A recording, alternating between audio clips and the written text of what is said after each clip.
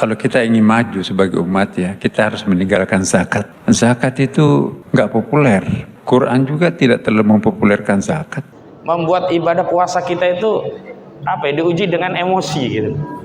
Ternyata ujian Ramadan kita ini bukan hanya menahan diri dari lapar dan dahaga, juga menahan emosi dari pernyataan-pernyataan penguasa yang semestinya mereka itu menenteramkan kita, mewakili kita untuk taat ibadah kepada Allah, tapi justru mengeluarkan perkataan mungkar yang justru akan menjauhkan kita dari syariat Allah Subhanahu wa taala. Beberapa waktu yang lalu Menteri Agama Nasaruddin Umar, potongan videonya beredar viral yang menyebut dua hal yang paling penting untuk kita kritisi. Yang pertama, dia mengklaim bahwa kita tidak akan pernah maju kalau masih belum meninggalkan zakat.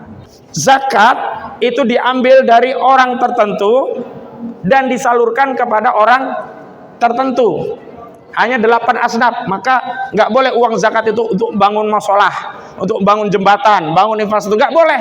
Kenapa? Sudah dibatasi. Innamas shadaqatu, ya. Sesungguhnya sedekah itu untuk, itu ada 8 golongan, 8 asnaf. Maka mana innama dalam ayat tersebut adalah al-hasyr, pembatas. Nggak, artinya apa? Nggak boleh zakat itu diberikan kecuali kepada 8 asnaf. Nggak boleh zakat untuk MBG.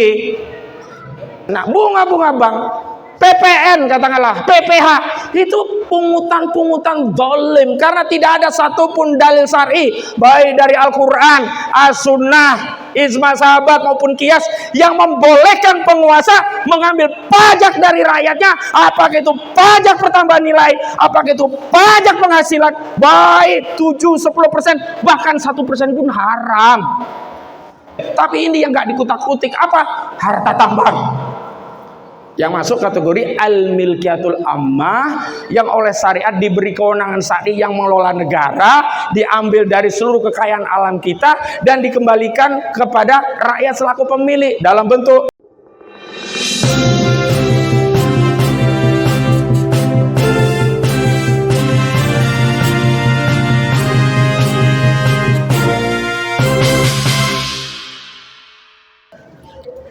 Bismillahirrahmanirrahim. Assalamualaikum warahmatullahi wabarakatuh. Alhamdulillahi rabbil alamin. Nahmaduhu wa nasta'inuhu wa nastaghfiruh wa na'udzu billahi min syururi anfusina wa min sayyiati a'malina. May yahdihillahu fala mudilla lahu wa may yudlil fala hadiyalah.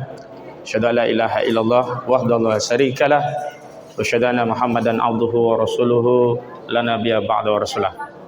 Qala Allah Ta'ala fil Qur'anil Karim, a'udzu billahi minasyaitonir rajim. Ya ayyuhalladzina amanu kutiba alaikumusiyam kama kutiba alal ladzina min qablikum la'allakum tattaqun. Wa qala Nabi Muhammad sallallahu alaihi wasallam, man shoma ramadhana imana wa ihtisaban ghufira lahu ma taqaddama min dhanbihi. Wa qala aidan man qama ramadhana imana wa ihtisaban ghufira lahu ma taqaddama min dhanbi, amma ba'd. Jamaah sekalian dimuliakan oleh Allah Subhanahu wa taala. Rasanya belum habis rasa kecewa kita, bahkan marahnya kita oleh adanya kebijakan yang bukan hanya tidak populer tetapi bertentangan dengan syariat Islam.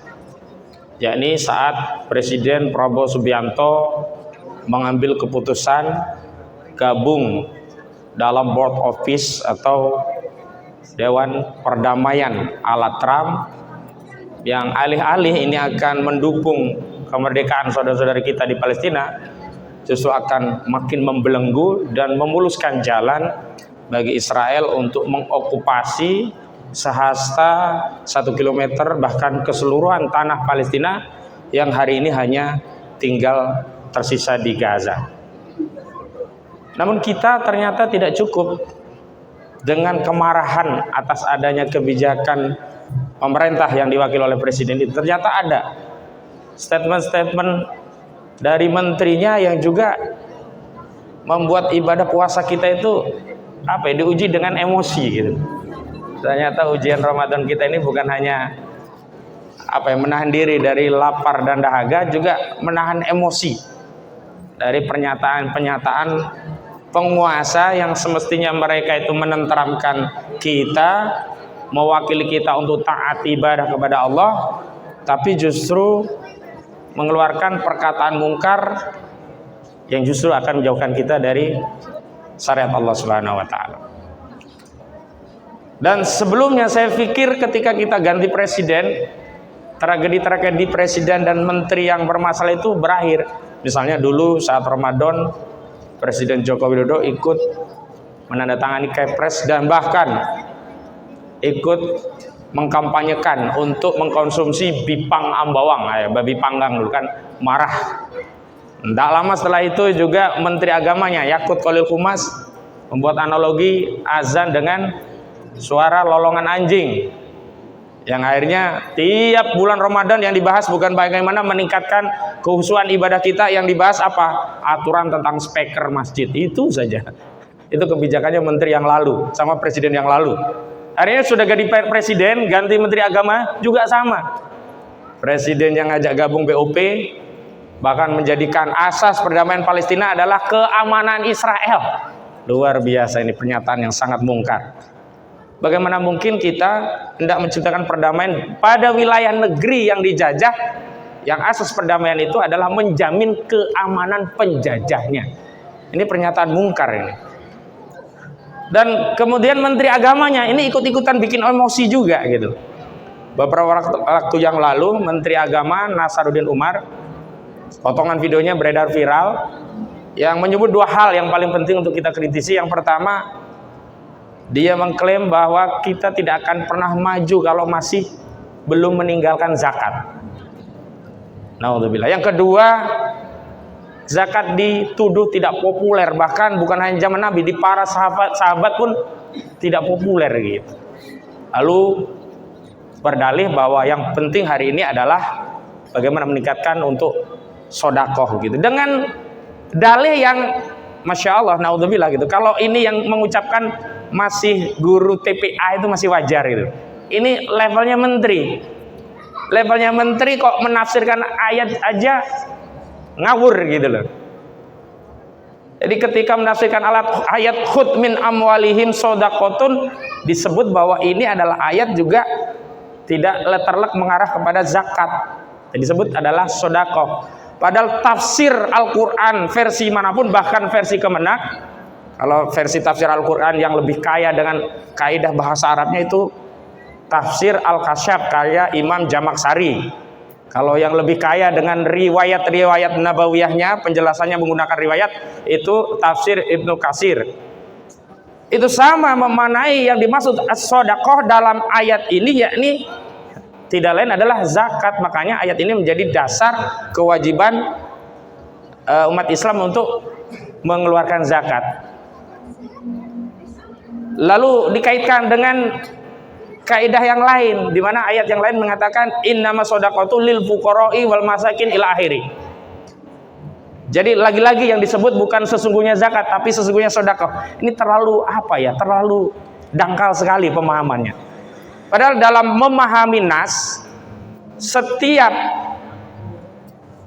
kalimah atau kata di dalam nas-nas syara', entah itu ayat Al-Quran, entah itu redaksi atau matan hadis, maka setiap kata yang ada dalam Al-Quran, kata yang ada dalam hadis, yang pertama kali itu yang harus kita ambil tafsirnya adalah tafsir syar'i, apa yang dikehendaki syara' terhadap redaksi atau bahasa atau kata yang ada pada nas syar'i tadi. Misalnya kita bicara sholat, ada perintah menunaikan sholat. Sholat ini tidak boleh ditafsirkan dengan tafsir bahasa, harus ditafsirkan sebagaimana kehendak syara. Sehingga ketika ada perintah sholat, yang dimaksud adalah perintah untuk melaksanakan ibadah tertentu, yakni sholat. Apa itu sholat? Ibadah tertentu yang diawali dengan takbiratul ikhram dan diakhiri dengan salam. Tidak boleh dipalingkan dengan tafsir bahasa. Misalkan yang dimaksud sholat atau solu itu adalah doa. Misalnya ketika ada hadis yang menyatakan solu kama ra'aitumuni usolli, maksudnya adalah sholatlah kalian sebagaimana Nabi sholat ada takbiratul ikram, ada ruku sujud dan seterusnya.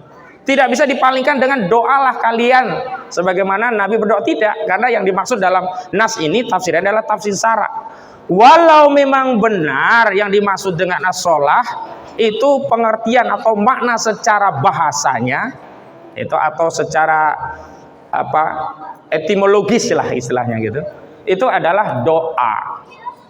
Jadi nggak bisa kemudian ketika orang diperintahkan sholat, loh saya udah sholat apa tadi doa. Kenapa? Kan sholat itu maknanya doa. Jadi kalau saya sudah berdoa, ya sudah sholat. Enggak. Karena makna sholat ini sudah jelas. Nah, balik kepada ungkapan zakat. Zakat ini sudah jelas. Ibadah tertentu berkaitan dengan harta yang diwajibkan kepada orang yang beragama Islam. Di sana ada nisab, ada haul, harta-hartanya juga tertentu. Ada harta ziro atau tanaman, tanamannya juga tertentu. Kurma, gandum, jawawut. Ya, kemudian harta perniagaan, emas, perak, kemudian juga zakat terhadap harta yang berbentuk ternak, ternaknya juga tertentu. Ya, ada sapi, ada unta, ada kambing. Jadi kalau beternak ayam nggak ada keluarin zakatnya karena nggak ada perintah untuk mengeluarkan zakat dari ternak ayam. Beternak itik nggak ada juga. Nah, balik lagi, yang menjadi soal adalah apakah benar bahwa umat Islam ketika meninggalkan zakat akan maju.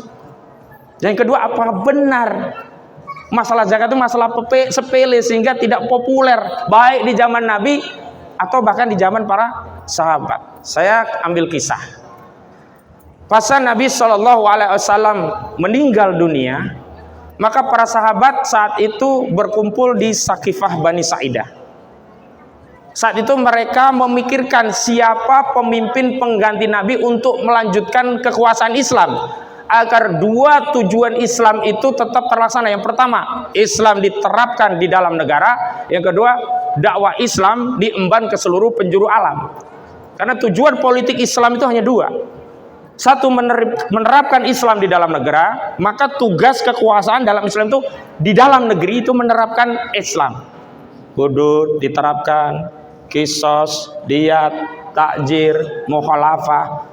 Nah, zakat ini termasuk bagian dari takzir, di mana kewajiban yang telah ditetapkan oleh Allah, tapi sanksi itu belum ditegaskan dalam nas. Maka masuk kategori takzir. Bagi orang yang membangkang tidak membayar zakat itu kena takzir. Tapi takzirnya dikaitkan dengan seberapa besar ya. Seberapa besar kesalahan pembangkangan dia terhadap enggannya dia membayar zakat gitu ya. Nah, setelah di Sakifah Bani Sa'idah itu bermusyawarah, maka para sahabat ijma memilih dan membaiat Abu Bakar As-Siddiq sebagai pemimpin kaum muslimin menggantikan Rasulullah, bukan dalam kapasitas menggantikan kenabian, tidak, karena kenabian sudah selesai, tapi menggantikan posisi Rasul sebagai pemimpin untuk menerapkan Islam tadi dan meneruskan dakwah Islam ke seluruh penjuru alam. Jadi dua ya, politik Islam itu hanya dua. Satu menerapkan Islam, yang kedua mengemban risalah Islam ke penjuru alam gitu. Nah, setelah dibaiat Abu Bakar, apa yang paling populer kebijakan yang pertama dilakukan Abu Bakar? Memerangi pembangkang yang enggan membayar zakat. Dan saat itu menarik ini kronologi bagaimana Abu Bakar akhirnya menetapkan memerangi pembangkang yang enggan membayar zakat.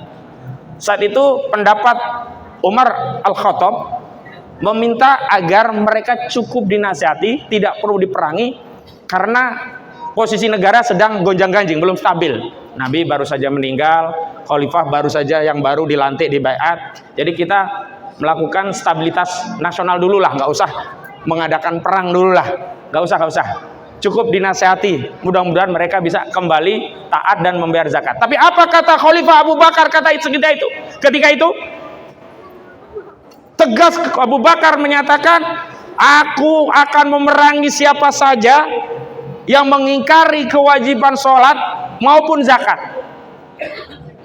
Artinya apa? Abu Bakar mampu mengindra wakil fakta bahwa keengganan mereka membayar zakat ini bukan karena maksiat, tapi karena ingkar terhadap wajibnya zakat. Dianggap wajibnya zakat itu hanya wajib ketika ada Nabi. Ketika Nabi sudah meninggal, dianggap sudah tidak ada kewajiban. Artinya dia apa? Ingkar terhadap hukum wajibnya zakat. Dan ketika orang itu ingkar terhadap wajibnya zakat, itu statusnya bukan maksiat, tapi apa? Murtad. Maka cara menangani orang yang murtad itu bukan hanya dinasihati, tapi apa? Bisa diperangi, bahkan disanksi dengan bunuh. Ya, hati-hati Bapak Ibu-ibu, jangan menyepelekan nih. Termasuk sholat, itu kalau orang yang meninggalkan sholat karena dia mengingkari wajibnya sholat, dia bisa jatuh murtad. Nah, karena itu apa? Berarti zakatnya sudah populer di zaman Nabi, juga di zaman sahabat, penting sekali. Bahkan dalam konteks instrumen pembiayaan negara atau APBN, atau istilah kerennya kebijakan fiskal negara, zakat ini merupakan instrumen penting pemasukan APBN di dalam negara yang menerapkan syariat Islam. Hanya ada perbedaan. Zakat itu diambil dari orang tertentu dan disalurkan kepada orang tertentu. Hanya 8 asnaf. Maka nggak boleh uang zakat itu untuk bangun musholah, untuk bangun jembatan, bangun infrastruktur, nggak boleh. Kenapa? Sudah dibatasi. Innamas shadaqatu, ya. Sesungguhnya sedekah itu untuk, itu ada 8 golongan, 8 asnaf. Maka mana innama dalam ayat tersebut adalah al-hasyr, pembatas. Nggak, artinya apa? Nggak boleh zakat itu diberikan kecuali kepada 8 asnaf. Nggak boleh zakat untuk MBG. MBG itu bukan asnaf zakat. Ya harus kepada fakir, miskin, gharib, mu'alaf, hidup sabil, ya, jihad fisabilillah dan seterusnya. Nah, hanya sayangnya Menteri Agama kita ini hanya nyuplik ajaran syariat, tapi nggak sepenuhnya. Kalau mau konsisten menolong pemerintah membiayai MBG, jangan kutak-atik zakat. Walaupun ada klarifikasi yang menurut saya klarifikasi di Kemenak itu tidak pernah mengklirkan atas klaim zakat itu kalau ditinggalkan akan maju. Yang kedua, tidak populer di zaman Nabi dan sahabat. Itu semuanya tidak bisa dibantah, tidak bisa diklarifikasi. Klarifikasi hanya soal persentase 2,5%. Kalau di luar zakat kan sebenarnya sedekah bisa lebih.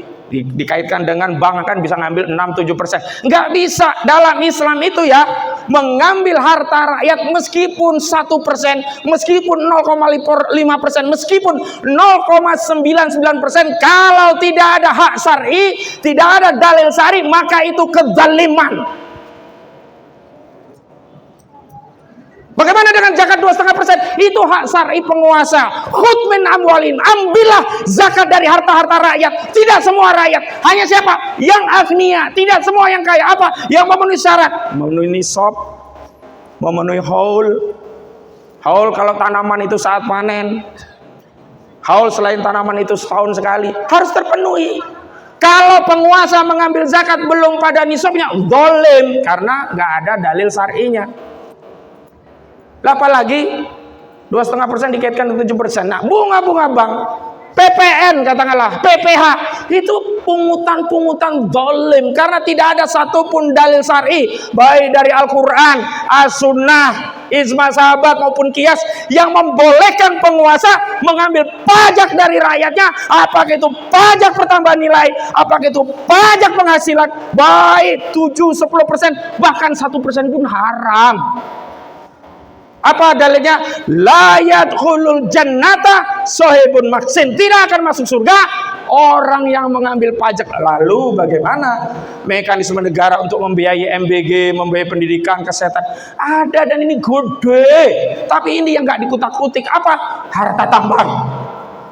Yang masuk kategori al-milkiyatul ammah, yang oleh syariat diberi kewenangan syar'i yang mengelola negara, diambil dari seluruh kekayaan alam kita dan dikembalikan kepada rakyat selaku pemilik dalam bentuk fasilitas pendidikan, kesehatan, keamanan, bayar gaji PNS, gaji tentara, gaji polisi, sah.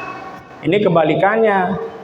Rakyat yang susah penghasilannya kecil dikejar-kejar pajak, zakat dikotak-atik dipersoalkan, giliran tambang yang gede-gede, yang saya punya hitungan setahun dari 10 komoditi tambang saja itu bisa 4.700 triliun rupiah di negeri kita. Sementara kebutuhan APBN kita hanya 3.500 sampai 3.700 triliun per tahun. Surplus apa surplus itu? Enak nggak kita kalau syariat Islam ditegakkan? Nggak perlu bayar pajak. Semua dibiayai dari barang tambang, kekayaan alam, hutan, kekayaan sawit dan sebagainya. Enak nggak kita? Enak. Nah ini ke oligarki nggak berani ngomong tentang syariat Islam, giliran masalah zakat dipersoalkan. Sesuatu yang jelas-jelas tidak ada dalil syar'inya, bahkan diharamkan untuk memungut zakat, tidak pernah keluar dari lisan-lisan ulama kita, termasuk menteri agama ini. Mana pernah dia bicara itu tambang batubara dikuasai oligarki, harusnya menurut Islam dikelola oleh negara dan dibagikan kepada seluruh rakyat, baik yang muslim maupun non muslim. Pernah nggak begitu? Tidak. Justru syariat Allah yang sudah jelas dikutak-kutik. Terakhir, sebenarnya jamaah sekalian, kalau kita ini taat mau menggunakan syariat Islam dalam segala urusan, termasuk mengelola negara, Masya Allah, ini sesuai dengan ayat Al-Quran, A'udzubillahi minasyaitonirrajim, walau ana ahlal qura amanu wattaqau la fatahna barakatim minas sama'i wal ard walakin kadzabu fa akhadhahum bima kanu yaksibun. Dan sekiranya penduduk negeri mana saja termasuk Indonesia beriman kepada Allah dan bertakwa, menerapkan syariat Allah, ya maka pasti ya Allah akan turunkan barokah dari langit dan bumi dari negeri ini. Nggak kayak sekarang, batu bara hanya bikin kayak Lau Tuk Wong, Boy Thohir, Luhut Panjaitan, Abu Rizal Bakri, Haji Isam, sementara mayoritas rakyat kemiskinan. Sampai bingung, hanya untuk 350 triliun MBG mau kutak-atik harta zakat. Bahkan terakhir mengambil alokasi dana pendidikan yang kewajiban atau mandatori konstitusinya itu 20% untuk pendidikan diambil untuk MBG, yang ujungnya ada 18.000 anak kita keracunan, dan itu dianggap hanya statistik 0, sekian. Naudzubillah. Saya kira ini penting seruan kita di bulan Ramadan ini untuk menyeru kepada kita seluruh umat, seluruh rakyat, juga kepada penguasa. Ayo bareng-bareng kita taat kepada Allah. Ayo terapkan syariat Allah. Agar apa? Agar negeri ini menjadi negeri yang baldatun thayyibatun wa rabbun ghafur. Kita tutup dengan doa kifaratul majlis. Subhanakallahumma wa bihamdika asyhadu an la ilaha illa anta astaghfiruka wa atubu ilaik. Wassalamualaikum warahmatullahi wabarakatuh.